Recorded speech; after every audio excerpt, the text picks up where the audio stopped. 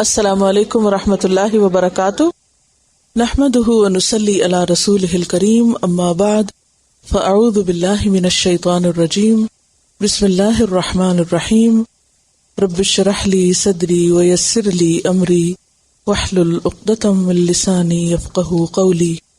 تفسیر آیت نمبر 31 سے، قل کہہ دیجئے، من یرزقکم، کون رزق دیتا ہے تم کو، من السماء، آسمان سے، والارض، اور زمین سے، آسمان سے بارش کی شکل میں اور زمین سے نباتات اور دیگر وہ تمام خزانے جو اللہ نے انسانوں کے لیے زمین کی تہوں میں رکھے ہیں۔ امن یملکو، یا کون مالک ہے، امن اصل میں ام اور من کا مجموعہ ہے۔ امن یملکو، یا کون مالک ہے، السمع، سماعت کا، سمع کا لفظ قوت سماعت کے لیے بھی آتا ہے اور کانوں کے لیے بھی، تو ہم کہہ سکتے ہیں کہ کون مالک ہے سماعت کا یا کانوں کا، والابصار، اور آنکھوں کا، ابصار بصر کی جمع ہے اور بصر بھی آنکھ یا بینائی دونوں کے لیے آتا ہے، کیونکہ دیکھنے کے لیے دونوں ہی چاہیے، آنکھ بھی چاہیے اور آنکھ کا نور بھی چاہیے۔ ومن یخرج الحی، اور کون نکالتا ہے زندہ کو، من المیت، مردہ سے، جیسے بیج سے پودا، ویخرج، اور نکالتا ہے المیت، مردہ کو، من الحی، زندہ سے، جیسے پودے سے دوبارہ بیج بن جاتے ہیں۔ ومن یدبر الامر، اور کون تدبیر کرتا ہے سارے معاملات کی، فسیقولون اللہ، پس ان قریب وہ کہیں گے کون، جن سے پوچھا جا رہا ہے، اشارہ ہے اہل مکہ کی طرف، ان قریب وہ کہیں گے کہ اللہ۔ فقل، پس آپ کہہ دیجئے اے محمد صلی اللہ علیہ وسلم، افلا، کیا پھر نہیں، تتقون، تم ڈرتے، کس سے، اس کے عذاب سے۔ اس آیت سے یہ پتہ چلتا ہے کہ اہل مکہ اللہ تعالیٰ کے رازق ہونے کو اور اسی طرح خالق ہونے کو اور رب ہونے کو مانتے تھے، لیکن غلطی کہاں تھی کہ اس کی عبادت میں دوسروں کو شریک کرتے تھے، اس کو معبود برحق نہیں مانتے تھے۔ تو یہاں انہیں ایک سوال کے ذریعے بات سمجھانے کی کوشش کی جا رہی ہے کہ آپ ان سے پوچھئے کہ تمہارا رازق کون ہے، اور یقیناً وہ سب یہی کہتے تھے کہ اللہ ہی ہے، جیسے سورۃ الملک میں بھی آتا ہے، قل هو الذی انشأکم وجعل لکم السمع والابصار والافئدہ، کہ وہی ہے جس نے تمہیں پیدا کیا اور تمہارے لیے کان اور آنکھیں اور دل بنائے، اور یہ بات وہ سب مانتے تھے۔ اسی طرح باقی تمام تخلیق کے بارے میں بھی، وَلَئِن سَأَلْتَهُم مَّنْ خَلَقَهُمْ لَيَقُولُنَّ اللَّهُ، اگر ان سے پوچھو کہ انہیں کس نے بنایا تو یہ ضرور کہیں گے کہ اللہ نے بنایا۔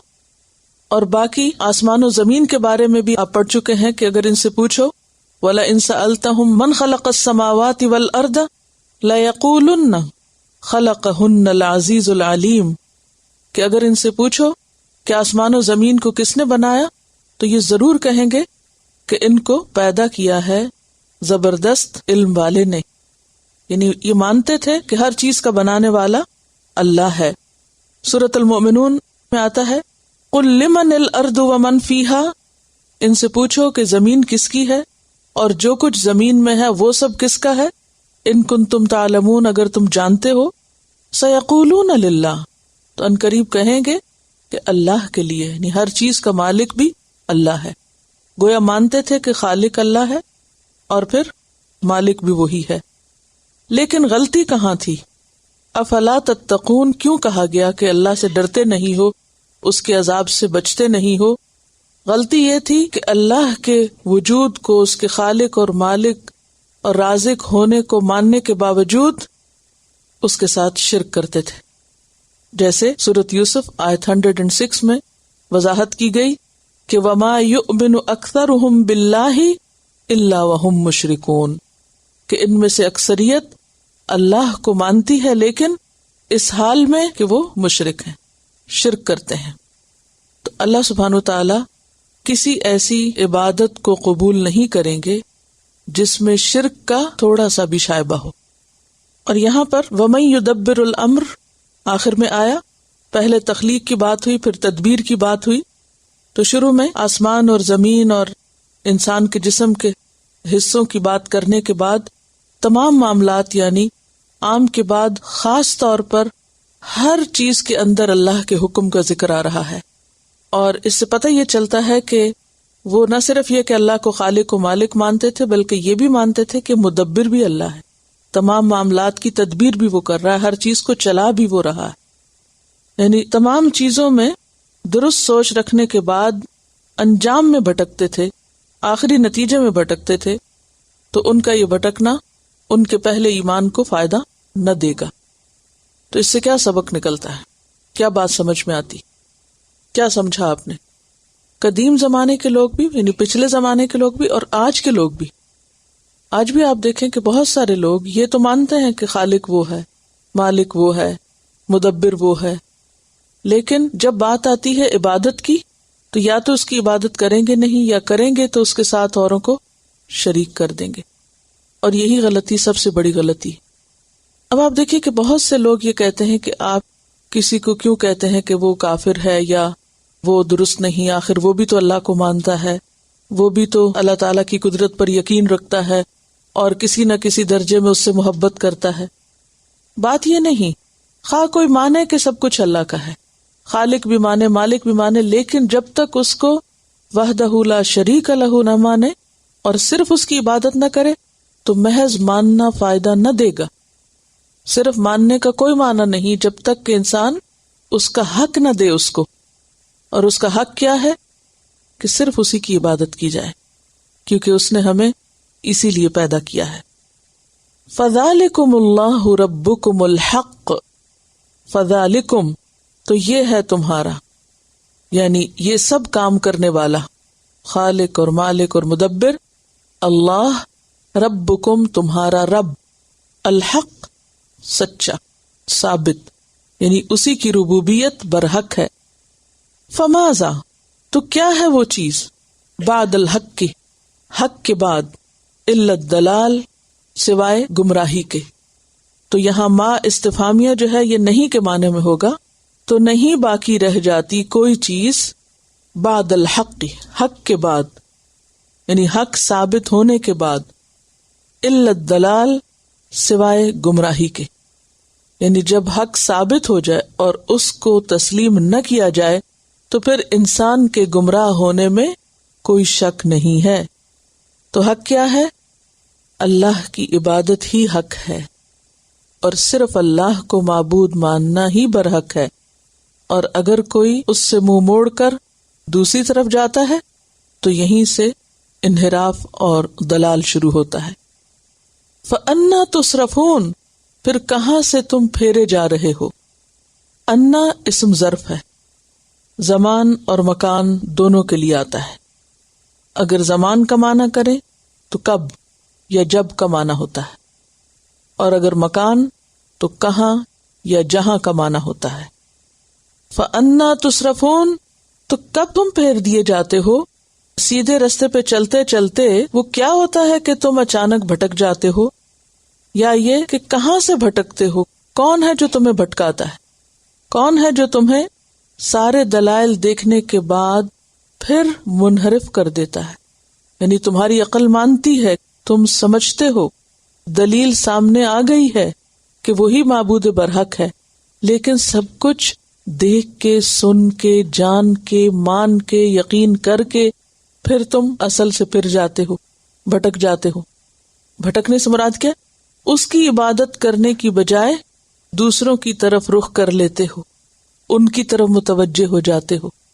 یہ اس دور کے مشرکین کی بات تو ہے ہی، لیکن آج اگر ہم اپنی زندگیوں کو دیکھیں کہ ہم سب یہ جانتے ہیں کہ ہمارا خالق، مالک، رازق، ہماری مشکلات آسان کرنے والا، ہمیں سب کچھ دینے والا اللہ ہے، لیکن ہم میں سے ہر ایک یہ سوچے کہ یہ سب ماننے کے بعد ہماری زندگیوں میں پھر اہمیت کس کی ہے، پھر نمبر 1 کون ہے، پھر ہماری پرائرٹی کیا ہے.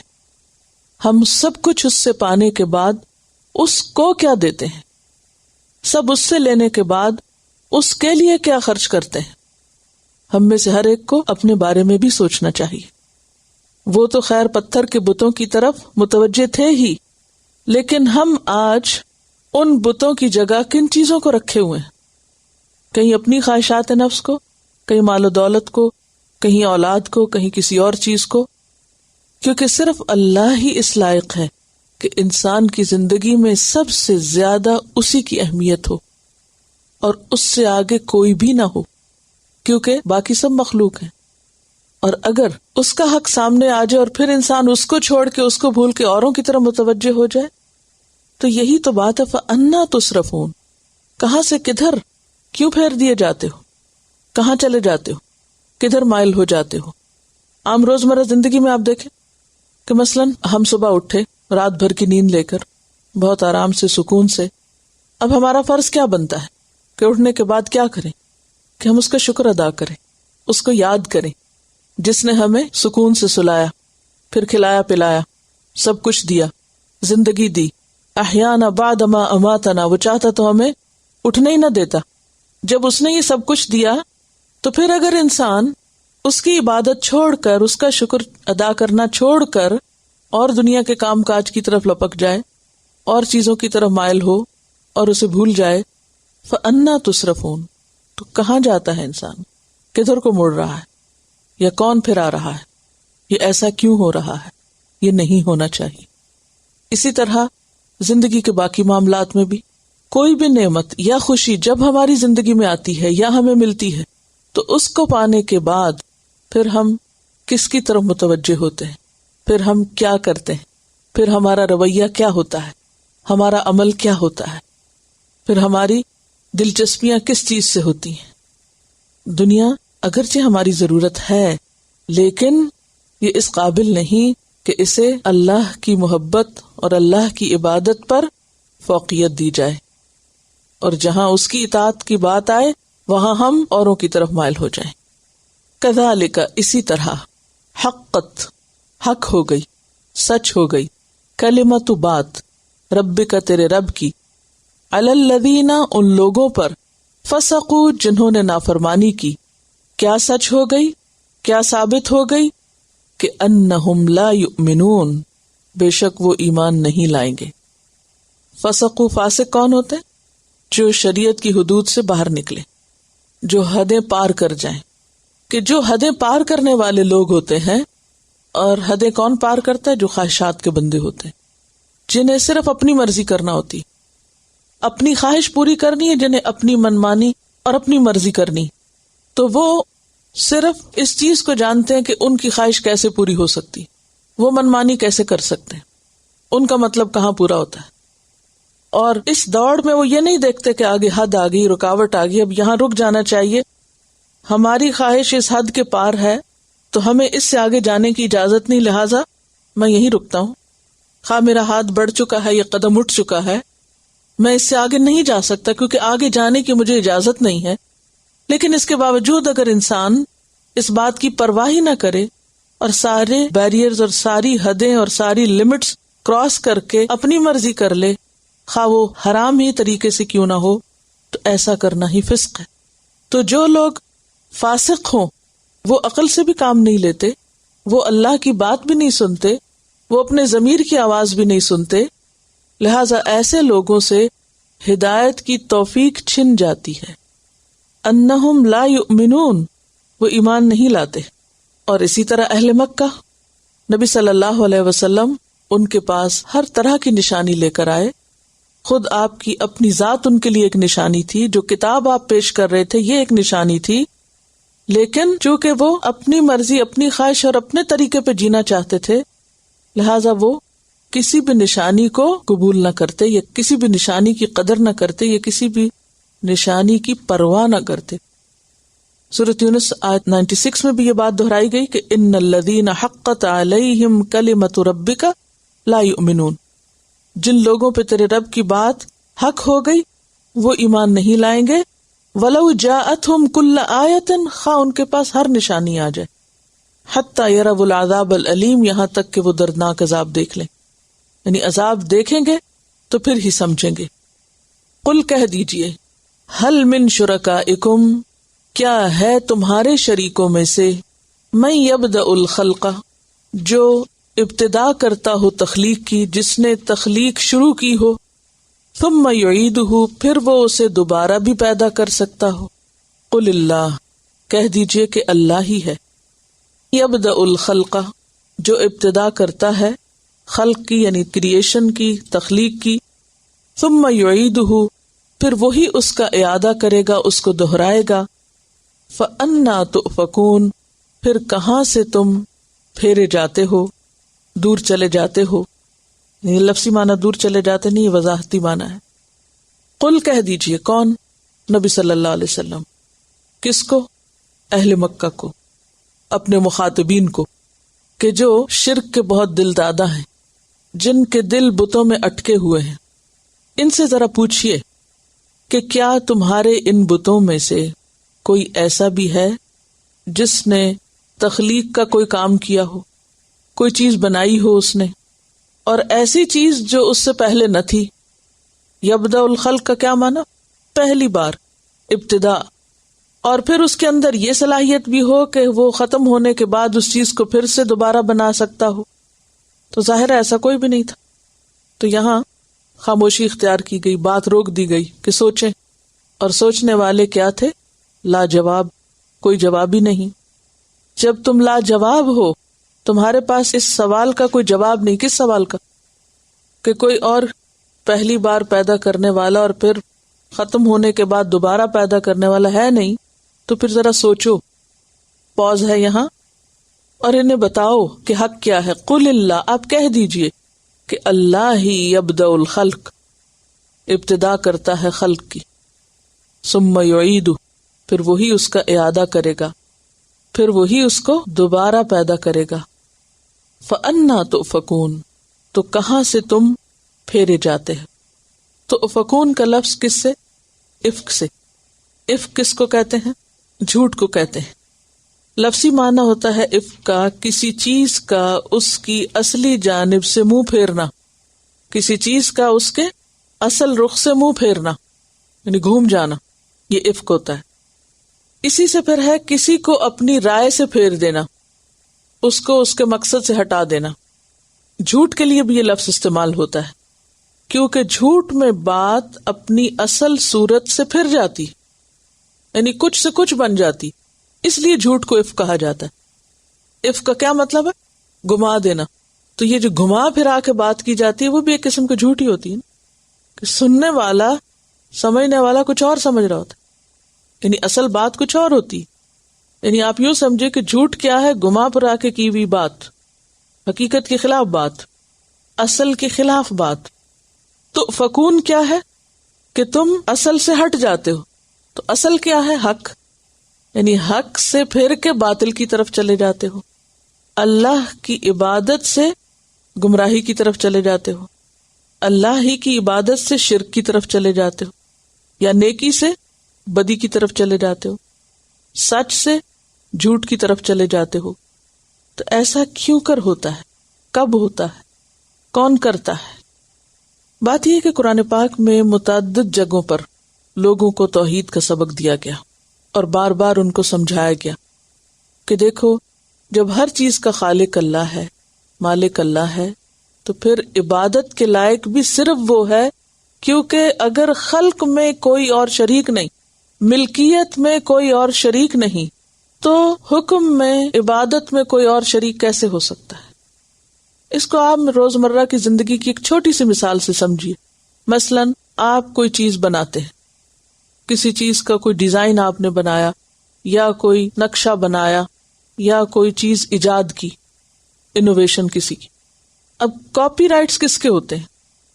اسی کے ہوتے ہیں جو اس کا خالق ہوتا ہے، وہی مالک ہوتا ہے۔ یہی حق ہے نا، کہ جو بنانے والا ہے وہی مالک۔ اسی طرح مثلا آپ نے گھر بنایا، اپنا خریدا یا جیسے بھی بنایا، وہ آپ کے نام ہے، آپ اس کے مالک ہیں۔ اب اس میں مرضی کس کی ہونی چاہیے؟ آپ کی یا کسی باہر والے کی؟ آپ کی ہونی چاہیے نا۔ اور اگر کوئی کہے کہ نہیں، آپ کی نہیں ہونی چاہیے، فلاں کی ہونی چاہیے کیونکہ وہ بھی بہت اہم ہے، تو یہ نہیں مانی جائے گی بات، عقل کو نہیں لگتی۔ جب یہ دنیا بنائی اللہ نے ہے، مالک وہ ہے، تو پھر مرضی بھی یہاں اسی کی ہونی چاہیے۔ الا لہ الخلق وَلَهُ الْأَمْرُ، اسی نے بنایا، اسی کا حکم، اسی کا فیصلہ. ہمیں اس زمین پر اسی کی مرضی کے مطابق رہنا ہے. یہ اس کا حق ہے جس نے ہمیں پیدا کیا کہ ہم اس کے اطاعت گزار ہوں، کیونکہ زمین و آسمان کی ساری چیزیں اسی کی مرضی کے مطابق چل رہی ہیں. سورج اس کی مرضی کے مطابق کام کر رہا ہے، ستارے، چاند، ہر چیز، حتیٰ کہ ہمارا جسم بھی، ہماری ہڈیاں، ہمارا خون اور گوشت پوست، اعصاب، سب چیزیں اس کے بنائے ہوئے طریقے، ڈیزائن اور مرضی کے مطابق کام کر رہے ہیں.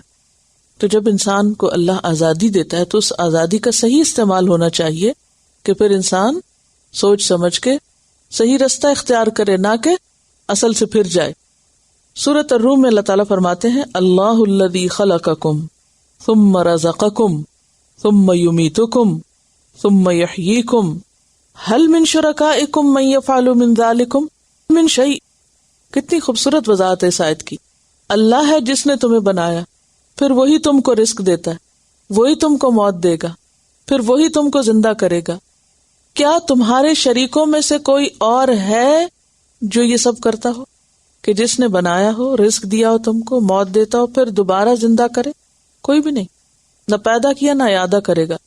سبحانہ و تعالی عما یشرکون، پاک ہے اور بلند ہے اس سے جو وہ شریک ٹھہراتے ہیں.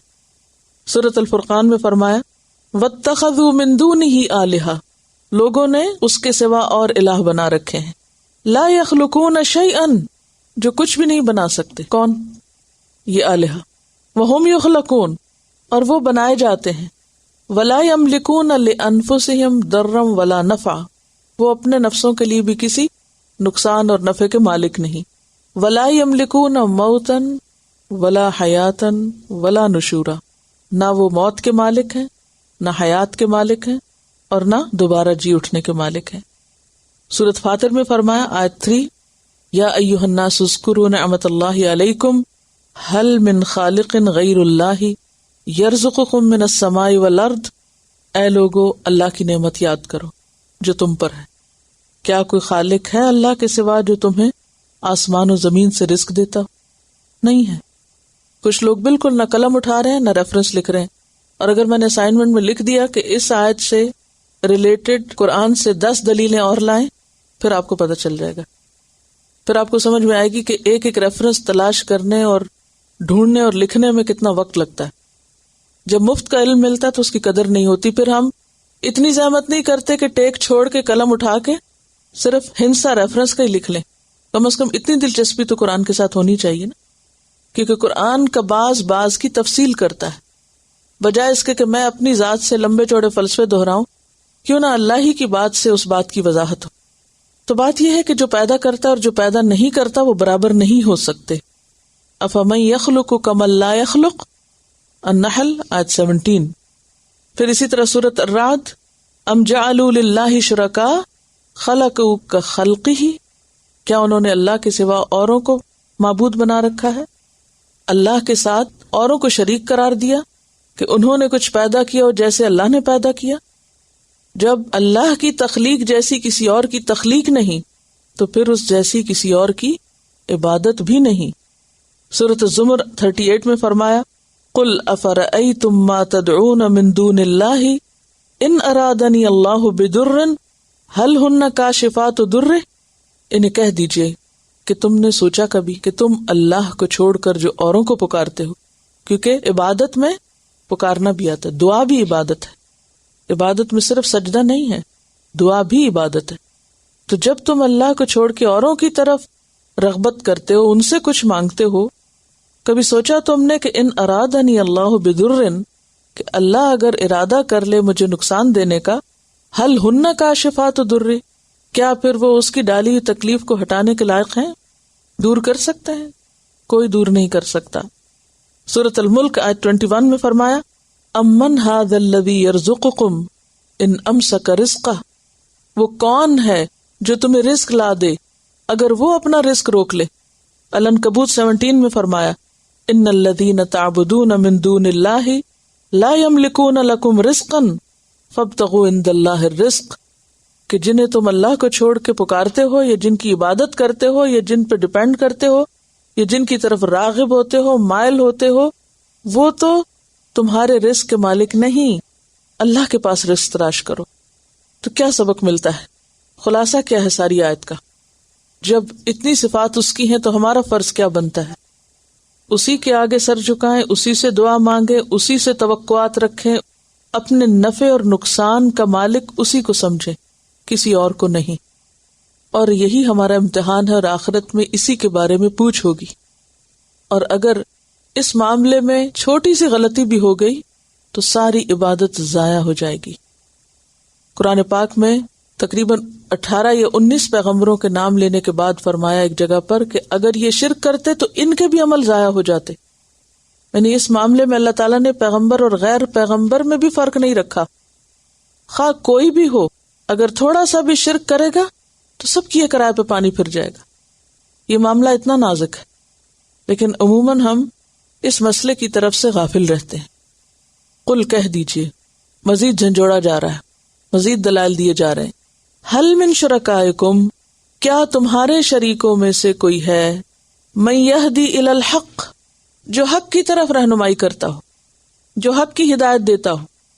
لاجواب ہو گئے، کیونکہ وہ ان کے بت تو نہ بولتے تھے اور نہ کوئی بات کرتے تھے۔ پھر انہیں بتایا گیا، قل اللہ یہدی للحق، کہہ دیجئے اللہ ہی حق کی طرف ہدایت دیتا ہے۔ کیسے؟ اسباب بھی وہ پیدا کرتا ہے، جیسے رسول بھیجے، حجت تمام کی، کتابیں بھیجی، یہ ہدایت دینے کے طریقے ہیں نا، ذالک الکتاب لا ریب فیہ ھدی للمتقین۔ اور پھر توفیق بھی وہ دیتا ہے۔ کہہ دیجئے کہ اللہ ہدایت دیتا ہے حق کی طرف۔ کیسے دیتا ہے؟ اسباب پیدا کر کے اور دوسرے توفیق دے کے۔ افمن یہدی الی الحق، کیا پھر وہ جو ہدایت دیتا ہے حق کی طرف، کون؟ اللہ، احق، زیادہ حقدار ہے، ان یتبع، کہ اس کی پیروی کی جائے، اس کی بات مانی جائے، امن، یا جو، یہ امن کٹھا جو لکھا ہوا ہے اصل میں کیا تھا؟ ام اور من، یا جو، لا یہدی، نہیں ہدایت پاتا، یعنی خود بھی ہدایت پہ نہیں، الا، مگر، ان یہدا، کہ وہ ہدایت دیا جائے۔ یعنی کیا اللہ کی پیروی کرنا درست ہے یا اس کی جو خود بھی سیدھے راستے پہ نہیں، اپنا بھی نہیں پتا، اپنی بھی خبر نہیں، اس کو خود بھی راستہ نہیں معلوم، مگر یہ کہ اس کی رہنمائی کی جائے۔ ان یہدا، فما لکم، پھر کیا ہے تم کو، کیف تحکمون، کیسے تم فیصلے کرتے ہو۔ تحکمون کا لفظ جو ہے حکم سے ہے، پھر تم کیسے فیصلے کرتے ہو، کیسے حکم لگاتے ہو۔ یہاں ایک لفظ کی تکرار بار بار ہوئی ہے، اور وہ ہے ہدایت، ہدن۔ ہے دالیے کا لفظی معنی کیا ہوتا ہے؟ اصلی معنی کیا ہوتا ہے؟ ہے دالیے کا لفظی معنی ہوتا ہے نقل و حرکت کرنا، ہلانا جلانا، ایک جگہ سے دوسری جگہ جانا۔ عربی میں جب کسی عورت کی ڈولی اس کے شوہر کے گھر جاتی ہے تو اس کے لیے کہا جاتا ہے اہدیت المرأۃ الی زوجہا ہدن، کہ ہدایت پا گئی عورت اپنے شوہر کی طرف ہدایت پانا۔ کیا مطلب؟ یعنی وہ ماں باپ کے گھر سے اپنے اصل گھر پہنچ گئی۔ لیکن افسوس یہ کہ لڑکیاں ہمیشہ ماں باپ کے گھر کو اصلی گھر سمجھتی رہتی ہیں اور دوسرے کو اصلی نہیں سمجھتی۔ یہ ہمارے معاشرے کا ایک المناک رویہ ہے کہ جب تک عورت کی شادی نہیں ہوتی وہ شادی کے انتظار میں رہتی ہے، اور جب شادی ہو جاتی ہے تو پھر اس کے بعد ناقدری شروع کر دیتی، ناشکری شروع کر دیتی، اپنے ماں باپ کے گھر کو ہی گھر سمجھتی ہے، اسی کو ہی اصل سمجھتی ہے۔ ٹھیک ہے، اوریجن وہ ہے، لیکن حقیقت یہ ہے کہ کسی بھی چیز کو جب تک دل سے قبول نہ کیا جائے، ایکسپٹ نہ کیا جائے، اون نہ کیا جائے، اس کو اپنا سمجھا نہ جائے تو اپنی بن نہیں سکتی چیز۔ تو عورتوں کے لیے ہدایت کیا ہے؟ یہ سب چونکہ اس لفظ کے اندر آیا ہے، اس لیے اس کو میرے ذاتی خیالات نہ سمجھیے، اس کے اندر جو معنی ہے وہ بتا رہی ہوں آپ کو۔ اسی طرح ہدی کیا ہوتا ہے؟ ہدی، قربانی۔ کون سی قربانی؟ جو کہاں پہنچائی جائے؟ حرم۔ اس میں بھی کیا ہے؟ نقل و حرکت ہے۔ ہدیہ، تحفہ، وہ کیا ہوتا ہے؟ جو ایک سے دوسرے تک لے جایا جائے۔ تو اب اصلی معنی پتہ چل گیا نا، نقل و حرکت، ایک جگہ سے دوسری جگہ لے جانا، کیونکہ ہدیہ بھی ایک شخص سے دوسرے کی طرف منتقل ہو جاتا ہے۔ اسی طرح وہ شخص جو دو آدمیوں کے سہارے چلتا ہو اس کے لیے بھی یہ لفظ استعمال ہوتا ہے، ہدا کا لفظ. کہا جاتا فلان یہادی بین اثنین، وہ شخص جو دو آدمیوں کے سہارے چل رہا ہے، اس میں بھی نقل و حرکت ہے، وہ اس کو رستہ دکھا رہے ہیں اور اس کو آگے لے جا رہے ہیں. تو ہدایت کیا ہے؟ دراصل ایک چیز چھوڑ کر دوسری اختیار کرنا. تو الہدا کا لفظ بہت خطرناک لفظ ہے. سوچ کی ٹرانسفارمیشن، سوچ کو ٹرانسفارم کرنا، عادات کو، زندگی گزارنے کے طریقوں کو، ہر چیز کو. یعنی یہ نہیں ہو سکتا کہ آپ پھر وہی رہیں جو ہیں. اسی لیے بہت سے لوگ ڈرتے ہیں کہ ہم جو ہیں وہی ٹھیک ہے، جیسے بھی ہیں، تبدیلی نہیں چاہتے. اگر تبدیلی اچھی ہو تو اچھی بات ہے، اور پھر تبدیلی کسی انسان کی مرضی کی نہیں بلکہ اللہ کی مرضی کے مطابق، یعنی جیسے جیسے وہ چاہتا ہے ویسے ویسے اپنے آپ کو ایڈجسٹ کر لینا. آپ دیکھیے خدا نخواستہ کسی کا ناک ٹیڑھا ہو تو وہ کیا کرتا ہے؟ کاسمیٹک سرجری، چاہے اس پر کتنی تکلیف ہو، کتنا پیسہ لگے، سب برداشت ہے. دانت ٹیڑھے ہوں تو بریسز لگاتے ہیں، چاہے کتنا بھی ان ایزی ہو فیلنگ. اسی طرح اگر کوئی ہڈی ٹیڑھی ہو تو اس کو بھی سیدھی کریں گے. ہر ٹیڑھی چیز سیدھی کرنے کے لیے ہم تیار ہیں. سوچ کا ٹیڑھا پن یا راستے کا ٹیڑھا پن یا زندگی گزارنے کے طریقے میں کسی قسم کی کجی یا عقیدے کا انحراف، اس کو بدلنے کو تیار نہیں ہوتے. ہم ڈرتے ہیں. کیوں ڈرتے ہیں؟ اس بات سے ڈرتے کہ ہائے پتہ نہیں اللہ تعالیٰ کیا کہہ دیں گے، پھر مجھے وہ کرنا پڑے گا، تو بہتر ہے میں جو ہوں وہی رہوں. بھی کدھر بھاگ کے جانا ہے؟ اللہ سے تو کہیں نہیں بھاگ سکتے. تو انسان کا فائدہ کس میں ہے کہ اپنے آپ کو کس کے مطابق سیدھا کرتا جائے؟ جو کچھ اللہ تعالیٰ فرماتے ہیں. ادھر نہیں چلنا، ٹھیک ہے نہیں جاتے. یہ نہیں کرنا، اوکے نہیں کرتے. یہ کرو، اچھا کر لیتے. یہ ہے اصل ہدایت. اب آپ اس لفظ کی تفصیل کی روشنی میں پھر دیکھیے. قل هل من شرکائکم من یہدی الی الحق، کیا تمہارے شریکوں میں سے کوئی ہے جو تمہیں حق کی طرف لے جائے، تمہیں رستہ دکھائے، یعنی کجی سے، غلط جگہ سے اٹھا کر صحیح جگہ پہنچائے، صحیح انجام تک پہنچائے. قل اللہ یہدی للحق، کہہ دیجیے اللہ ہی صحیح رستہ دکھاتا ہے، حق کی طرف لے جاتا ہے. قل ان ھدی اللہ ھو الھدی، کہہ دیجیے اللہ کی ہدایت دراصل ہدایت ہے.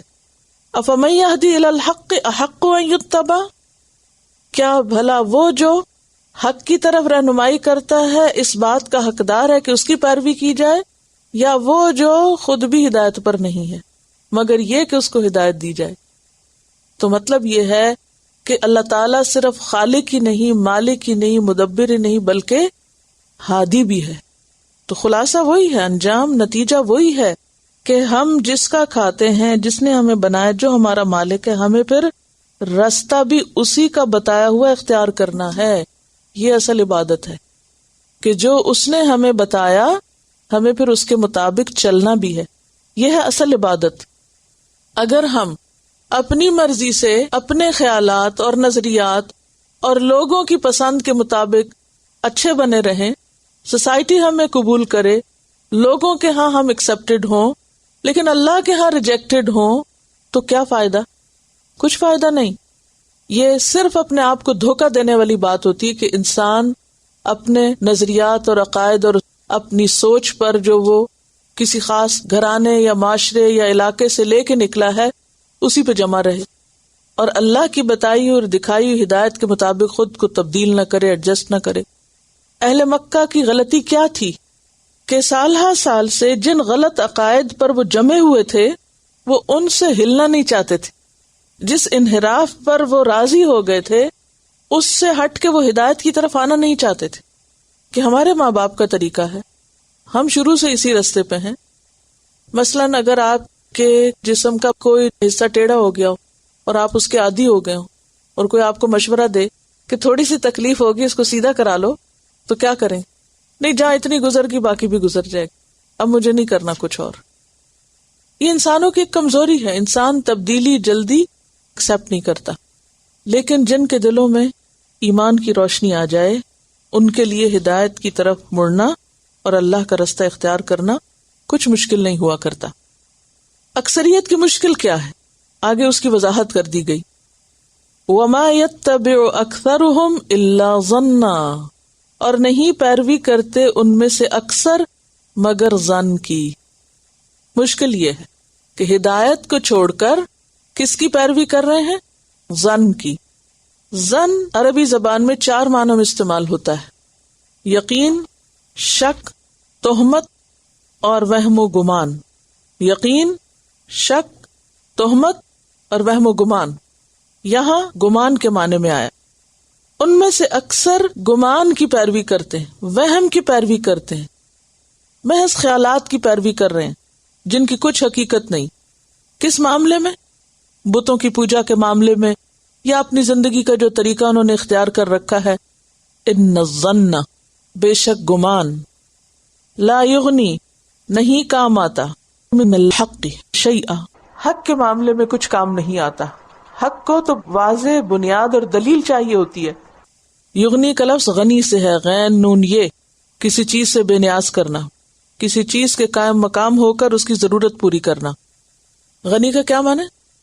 کسی چیز کے قائم مقام ہو کر اس کی ضرورت پوری کرنا۔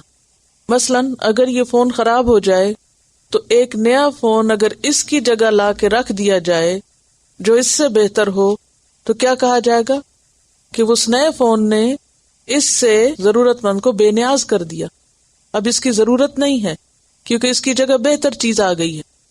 اب دیکھیے کہ زندگی گزارنے کے لیے 2 چیزیں ہوتی ہیں انسان کے سامنے، ایک ہے اللہ کا بتایا ہوا طریقہ، اللہ کی کتاب جو یقینی چیز ہے جس کو حق کہا گیا ہے یہاں، حق۔